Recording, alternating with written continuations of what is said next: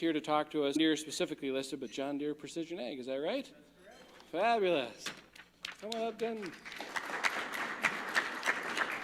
Thank you, sir. Okay. This is perfect, hopefully. Yep, we got it. Okay, thank you. Yeah, Denton Stevens, Precision Ag Consultant. I do live in Yankton. When I first started here, I covered Yankton and Wagner as far as my stores, my territory. Over this past summer, I expanded my counterpart in the region, moved over to the sales department, so I actually took on the 4 stores he was covering, which I'll show a picture here in a minute. But so now I've got Yankton, Wagner, Mitchell, Parkston, Corsica, and Freeman. So I get a little bit of windshield time here and there. Started with C&B November of 2018, so I'm just coming up on my 3-year anniversary with the company. Fun fact, I am actually a USD grad, 2014 with a bachelor in health sciences, so I kind of took a different route from health sciences, but it's been going well so far.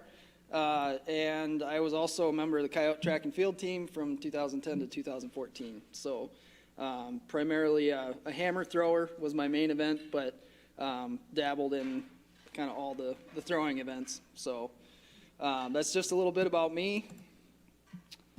So the company itself, C&B Operations, we are a John Deere dealership, obviously. Established in 1988 up in Gettysburg, South Dakota. We started as just a single store there that was bought by 2 local guys. And since then, the company has stayed between those 2 families. Their sons are now running the organization, and we are up to 37 locations now.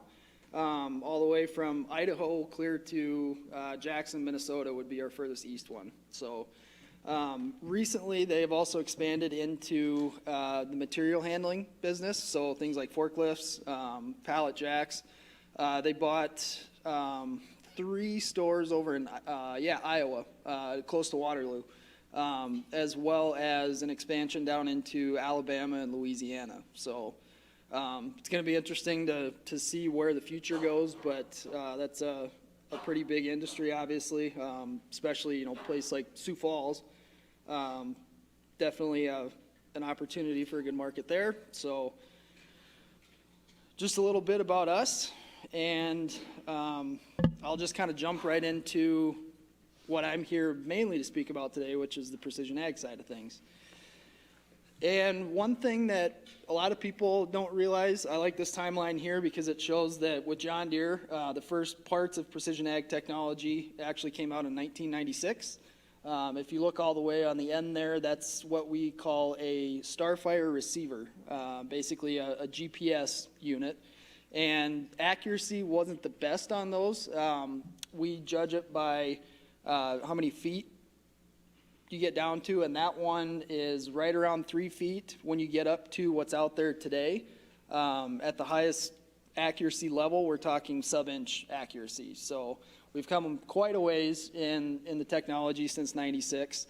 2002, so right in between the 2000 and the 2004, is when John Deere came out with auto steer. I don't know if how many people are familiar with that, but essentially it combines a green star display, which would be some of these images here. There's a variety of them. And then your Starfire receiver, which is all these what people call yellow bubbles. That's a more common term you hear from people, but combines those 2 as well as steering components to drive the tractor through the field on its own.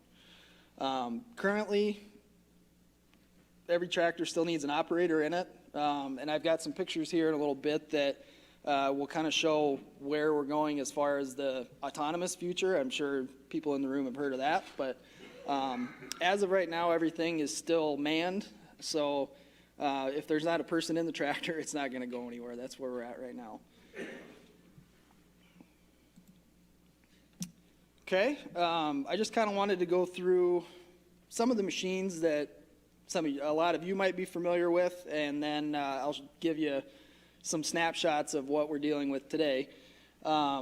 Right here, this is a John Deere 4240. I'm sure if anybody in here is familiar with John Deere equipment, this is kind of a staple in a lot of it.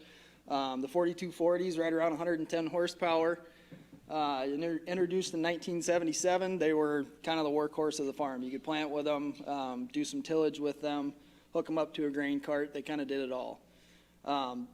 So this was obviously a really popular model, and I'm comparing that to what we came out with.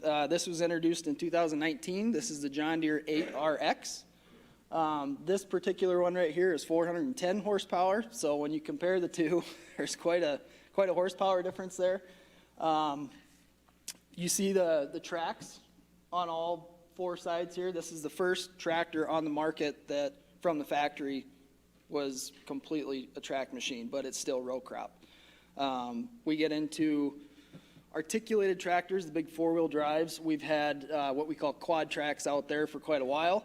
But as far as a row crop tractor goes, this is the first one with tracks all the way around. And the main purpose there is flotation in the field. You're trying to reduce your compaction. So we're starting to see more of these around in the country, but as with a lot of industries, COVID has really kind of put a damper on things at the John Deere factories. So hopefully we'll be seeing more. Actually, as I was driving into town today, right towards the Polaris building up there, just to the west of that, there was a 8RX sitting out in the field. So they are around. And as far as technology goes between these two machines, you would not have had really much of anything inside the cab on your 4240. But then from the factory in your 8RX, you're fully integrated with display on the armrest. The receiver you can't really see in the picture here, but it's actually built right into the roof right up there. So rolling off the factory line straight to the farmer's place, it's ready to go to the field and auto track, run whatever implement you want to hook it up to. And the more we go with development and everything, all these machines are going to be that way. We're definitely not getting away from technology by any means. It's just becoming more and more of a part of things. Okay, so that's tractors. Now right here, this is a John Deere 9400 Maximizer Combine. Introduced in 1989. They made them till I believe it was 97.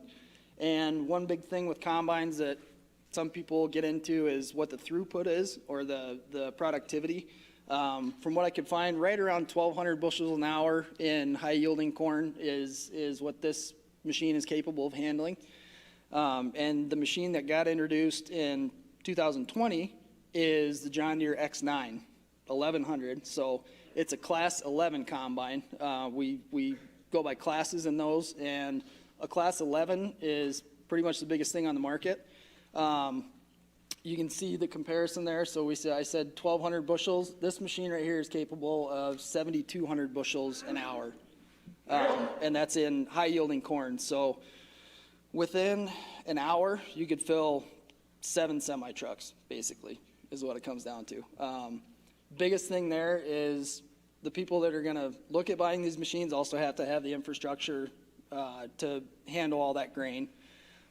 Because it doesn't do you any good to buy a machine like this and then have it sitting there waiting for trucks, essentially. So, but this is very similar to the 8RX that I showed you. It's going to have the integrated receiver up there. It's going to have the display on the armrest. So again, technology. It's basically going to be a part of everything John Deere-wise at this point. And then just some of the other seasons as you go throughout the year. I just threw some pictures up here. So the planter right over here, John Deere came out with what we call a high-speed planter. It's the ExactEmerge. They are capable, and they actually perform better at 8 to 10 miles an hour. So the planters previous to that either would have been hydraulic drive or ground driven, and typically you're talking like 4.5 to maybe 5.5 miles an hour. So we've essentially doubled the speed and increased the accuracy of them.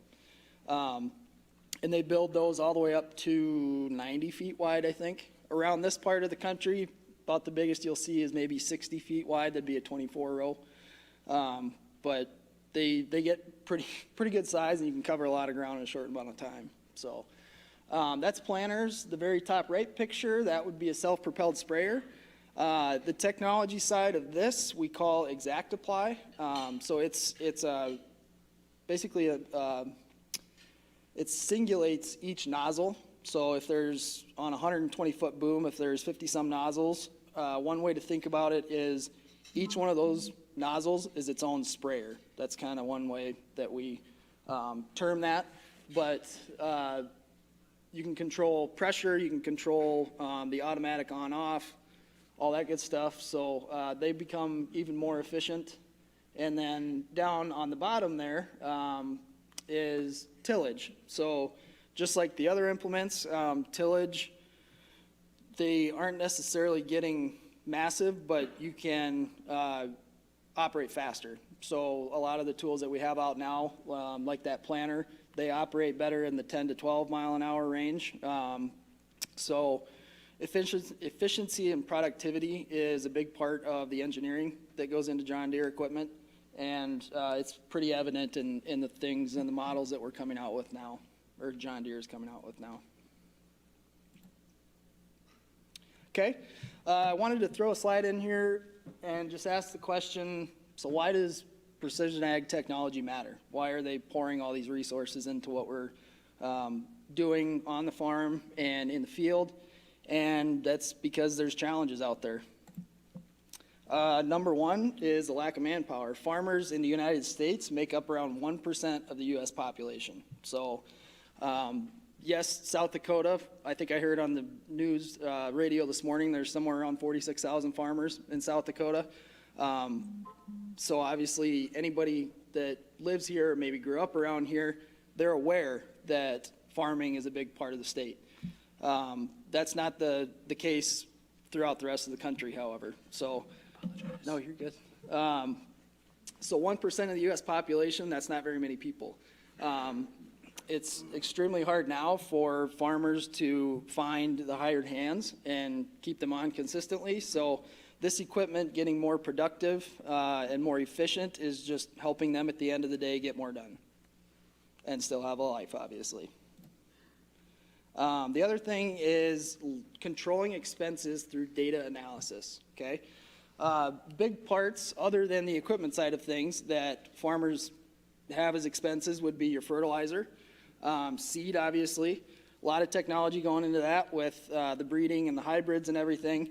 That stuff's not getting any cheaper either, so if you're putting it in a place in the field that is not going to do you any good, you're essentially throwing money down the drain. So the precision ag side of things, they're able to variable rate. So if you've got better portions of the field or worse portions of the field, you can have your implement automatically change that population based on a prescription map. And there's some seed saving there, some cost saving. And then the other part of this is the chemistry. So what goes into, once that seed is in the ground and it's coming up, what's going to protect it throughout the year. So spraying weeds, spraying for bugs, maybe you get soybean aphids or something like that. The chemistry is obviously not cheap, so finding what's the most efficient. One thing that really gets a lot of trials is like fungicides in soybean and corn crops. And using the precision ag technology allows you to kind of pick apart, you know, maybe you had one strip of fungicide out there and then you had a check strip right next to it. Well, when you go to harvest that, now you've got a map that shows you this area versus this area, was it worth at the end of the day spending the extra money to apply that product. Okay, and then the other challenge, a growing population. So United Nations projects 9.7 billion people on the planet by 2050. Right now we're right around 7.9 billion, so obviously we're going to go up.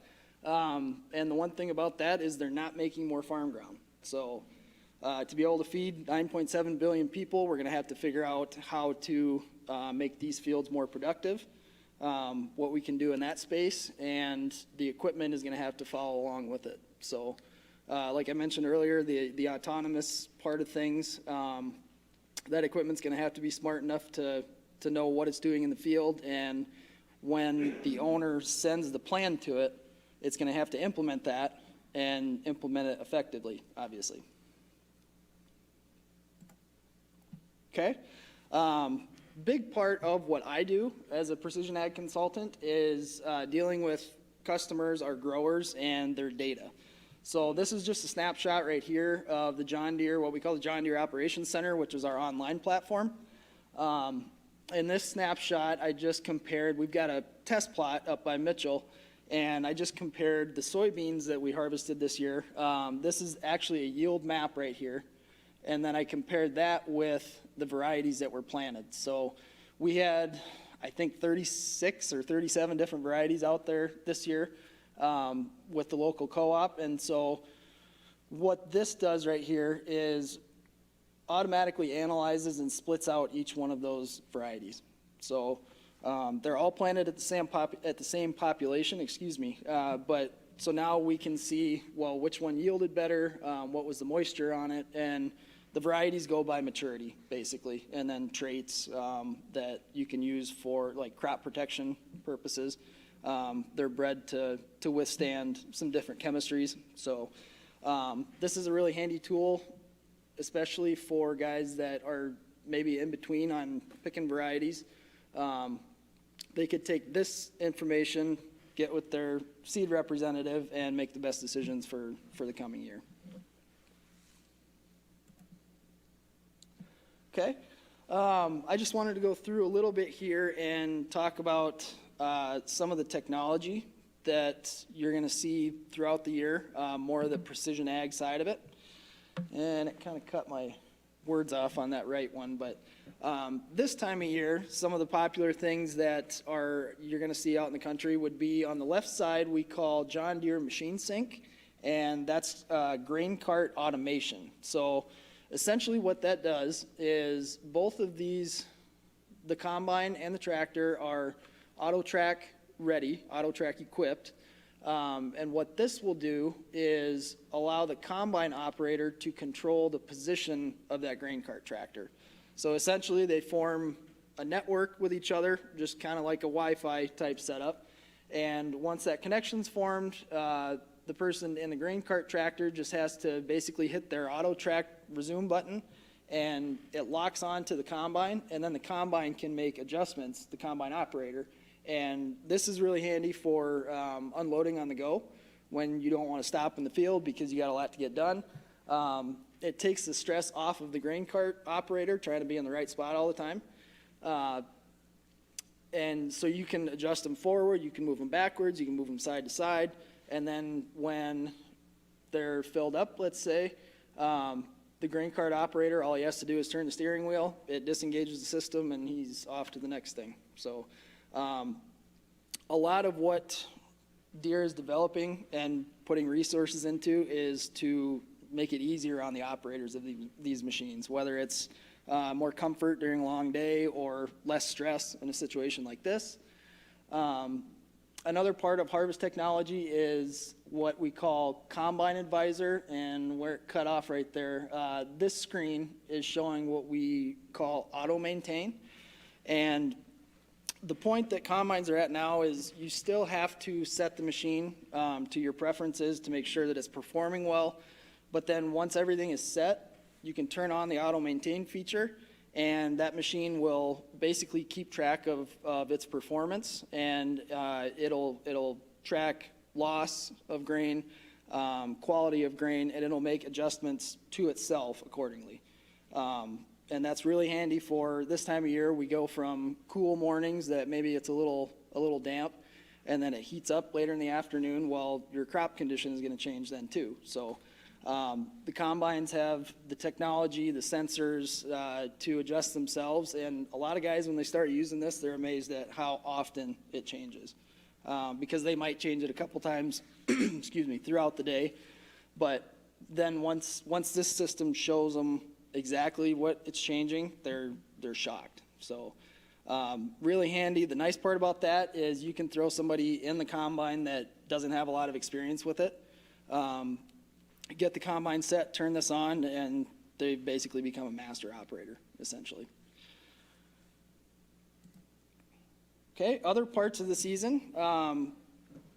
What we see over on the left there, section control, and I apologize, some of my words got cut off here, but Section control is part of planting, spraying, fertilizing. This picture shows it really well. You can see where all these rows are coming down to the point rows there. Especially in corn, if you were to overlap and get into your end rows here, you want corn to be spaced appropriately, because if you get two corn plants right next to each other, one is going to think the other one is a weed, essentially. It needs the space to grow, to produce. So it's really important to have the proper spacing. And right here, you're saving money too, because you're not overplanting into the headlands. So section control is a big one that at the end of the day, it kind of pays for itself. But another one of those things where it takes a little bit of more stress off the operator, because they don't have to manually manage those shutoffs themselves. And then over on the right, we've got auto track. This is vision and row sense. So self-propelled sprayer right here. The vision part of this is actually a camera that would be mounted right in that area. And it's a camera that points down towards the crop, and you've got to have standing crop for that. But what it'll do is pick up the difference between vegetation and the soil, and that's how it steers the machine through the field.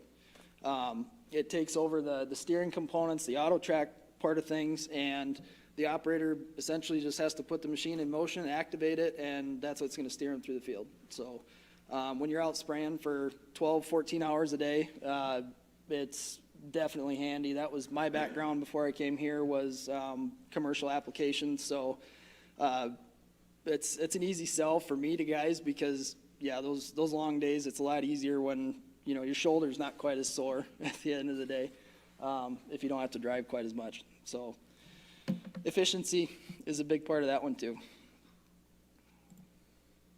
Okay, and so right here, as far as the future, where we're headed with things, Deere, I'm trying to think of when. This is a self-propelled sprayer, autonomous. You can see the boom right there. I think this was shown at a farm show in Europe maybe a year ago, maybe a little bit earlier than that. So that's the sprayer side of things. And then over on the left, we've got the prototype tractor, essentially. So I showed you that 8RX at the beginning. This right here, we'll get to the point of taking the job of that tractor someday. Cool thing about these autonomous machines is they're powered, everything is electricity powered. So, you know, you're not getting into your hydraulic components quite as much. Engines, even the engine is going to be electric. So efficiency, I had no idea what they're going to cost, obviously, but there are some that have been out within the last year in the United States running field trials. So it's definitely still something in progress, but we're not that far away from this becoming reality.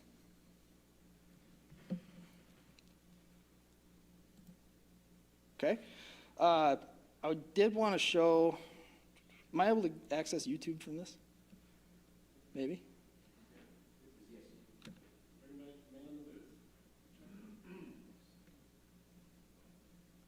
Oops. Because there's kind of a cool video that I was going to show. It's just 3-4 minutes long, but John Deere basically puts out what their idea of where things are going and how they picture it looking.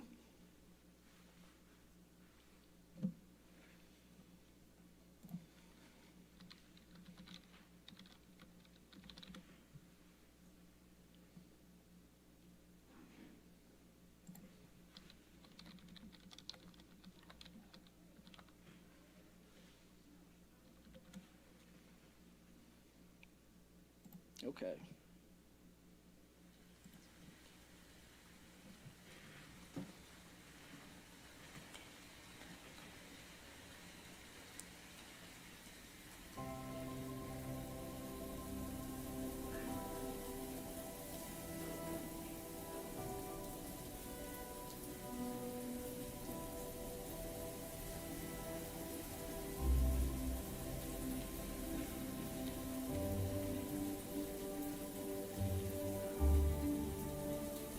front should pass by midday. Based on drainage and when the rain stops, we should be able to start spraying right at midday. Yeah. You on his way back? He said he was checking on the boys. All right.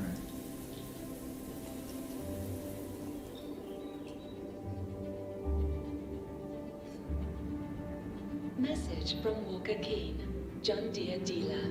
Hey Drew, updated and checked your combines remotely. All machines are optimized for harvest season. Message to Walker. That's great. Thanks. Send. Message sent. Kate, did you see the latest? Looking at it now. Dad's, worried. With the solutions the agronomist sent me, he'll be better. How are the boys? They're working where we can't, and they'll be on it all night. They'll get it done.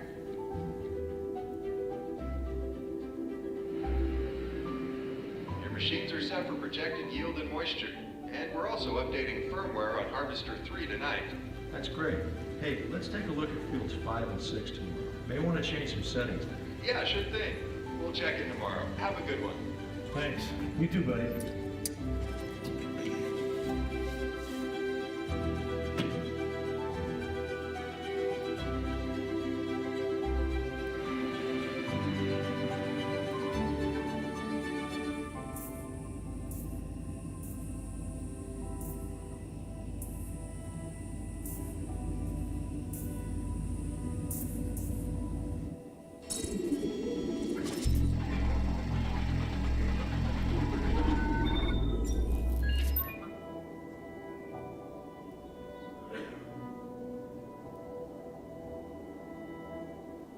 Go to field 5 and aggregate all.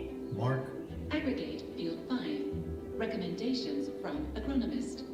Phosphorus nitrogen application on sections 2, 8, and 27 with health predictions. Go with solution 2, field 5. Solution 2, field 5.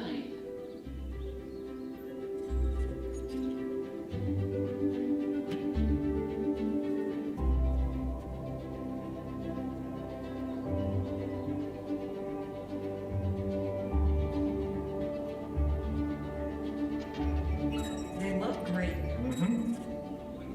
With the weather, prices are up by 10 cents at the elevator. You want to sell? It's not bad. Yeah. Shall we? Let's do it.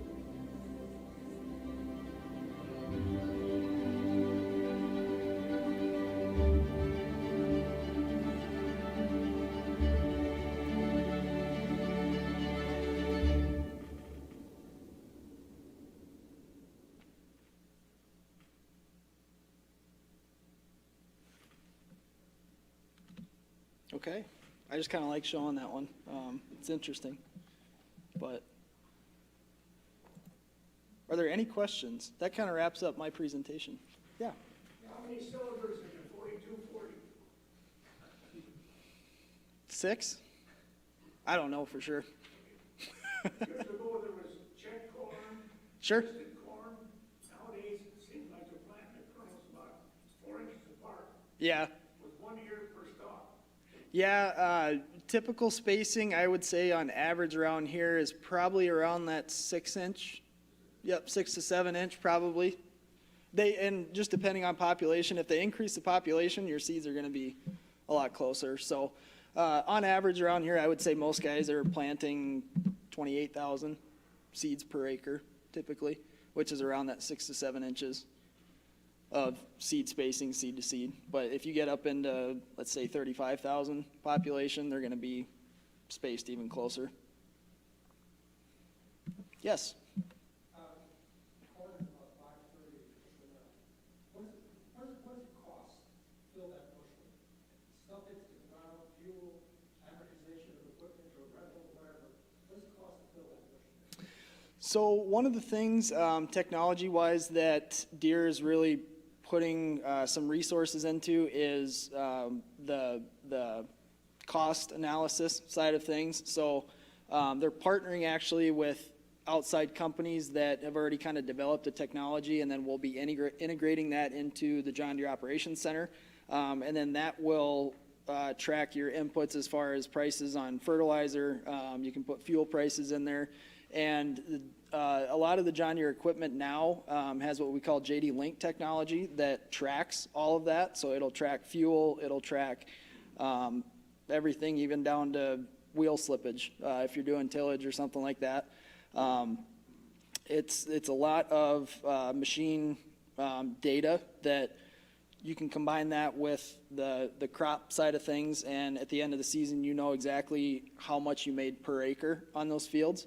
And that part of things, so I don't have an exact number for you, but that part of things, the guys that are already doing some of that, a lot of them have found that the leased ground that you mentioned or the rented ground that they're dealing with, they've actually let go because it's at the end of the day, it wasn't making them anything. They were basically just renting the ground and farming it to say they were doing it. And now with the cost analysis, they're able to find out, are those fields actually producing enough or not? And then at the end of the day, financially, it helps them make better decisions. So it's a good question. I don't have an exact answer for you, but I know a bag of seed corn nowadays probably on average is $275, and typically one bag at an average population will cover roughly 2.5 acres in a field. So just that side of it, and then you pour in fuel on top of that, and your application, typically you have 2 passes and a sprayer throughout the year, so you've got the chemistry expenses there. There's a lot that goes into it, and you can lose out in a hurry if you don't stay on top of that. Yeah. You talked a little bit about the declining population of farmers in general, and then you emphasized how technology is going to be so important as we move forward as that realm grows. I know, I was just kind of curious your thoughts or your perspective, being in the ag or the precision ag technology side of it, your workforce and how you anticipate that field that you specialize in right now to grow. And what I'm kind of really getting at is, South Dakota State has a precision ag program, and then we've also seen, I believe like Mitchell Tech have a precision ag program too, but my understanding is they kind of emphasize on different areas where maybe the technical school is more on like the repair side of an installation maybe, and then South Dakota State I think is more like maybe the programming part. Probably, there's probably a little more of the engineering at the SDSU level, engineering, and probably tying a little bit more agronomy with it, where I guess my role as a consultant, I would see that would be beneficial. And it's interesting because I actually had an intern this summer who he's going to graduate from SDSU with that exact degree in December. So he is going to stay with the company. He's going to be based out of our support center that's up in Sioux Falls. But I have worked a little bit with Mitchell Tech, and yes, you're right. It's more geared towards the repair of things. But my counterpart that I was talking about earlier that moved over to sales, he's a Mitchell Tech alum, went through that program, and he certainly, obviously he grew up on the farm, so he's got more of a technical background than I do in that aspect. But just in talking with him and the courses and everything, the curriculum that they went through there, it's much more the hardware part of it, the hands-on part of it, installs, troubleshooting, stuff like that. Because my position now, where the future is kind of geared towards, is we're going to have to, it's just the way that Deere is pushing out this new technology. They basically want us to be able to take the new stuff and within 6 to 10 months, train that through the entire dealership so that everybody, whether they're parts, sales, service, everybody can essentially service that thing. They can get a customer going with it. They can sell it accurately.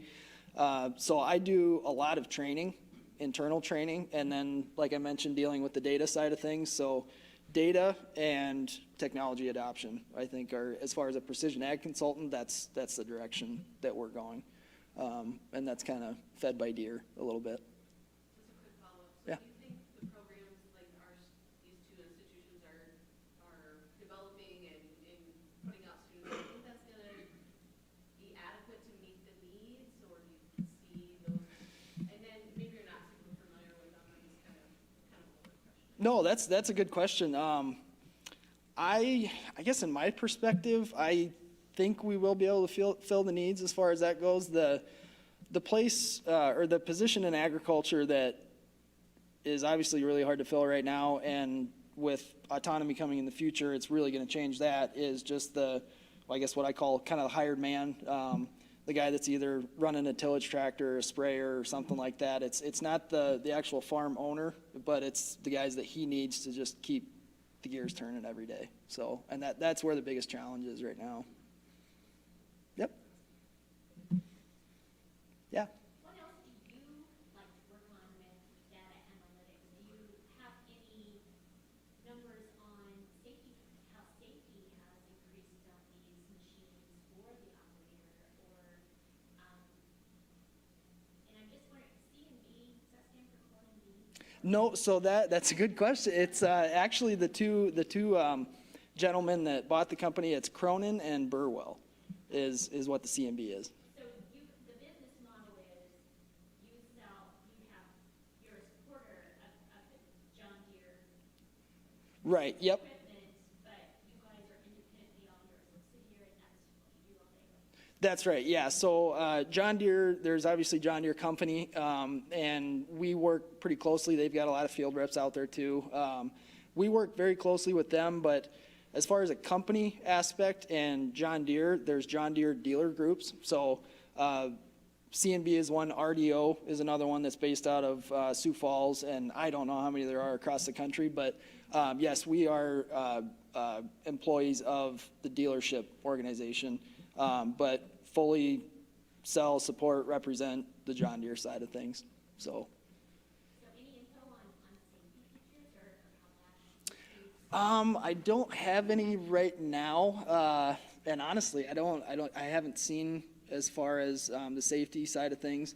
I know they're starting to put more and more sensors on a lot of these tractors that are coming out because accidents on the farm still happen. And when we go into the autonomous space, that's going to be a huge part of it, because if you've got a tractor that's out there in the field all by itself, let's say you come up on a rock or this tractor is transporting in between fields, well, it's going to have the technology to keep it from, running into somebody or running somebody off the road. So I haven't really seen numbers as far as safety goes, but I'm sure, well, I know it's a part of the development. So good question though. Maybe just one or two more. Just curious about the cost of the combine, the cost of the tractor. Sure. So the X9 combine that I showed you there, that's the big boy. From what I've heard, to get that combine and then equip it with essentially the two heads, like in this part of the country, you'd have a platform head for beans and a corn head, right around 1.2 million for that whole setup. So, and then the tractor, that 8RX that I showed you, probably, if it's all decked out, got all the nines on it, then probably 600,000, roughly. Yeah. I don't know who had their hand up first. 3 years typically. On precision ag items, just the stuff that I deal with, it's 1 year. But if you're talking tractor, combine, stuff like that, 3 years typically.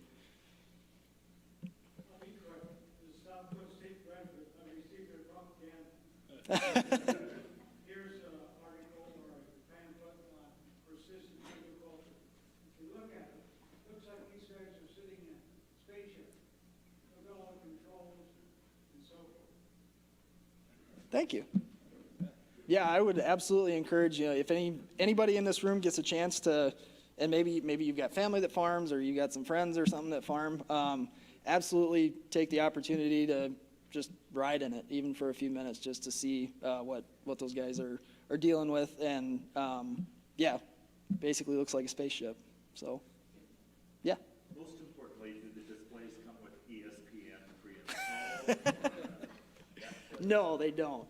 They have not integrated that yet, but it might be. I don't know. A lot of those guys keep an iPad in the cab, so they got their tractor stuff on the display, and then whatever they're going to do on the iPad.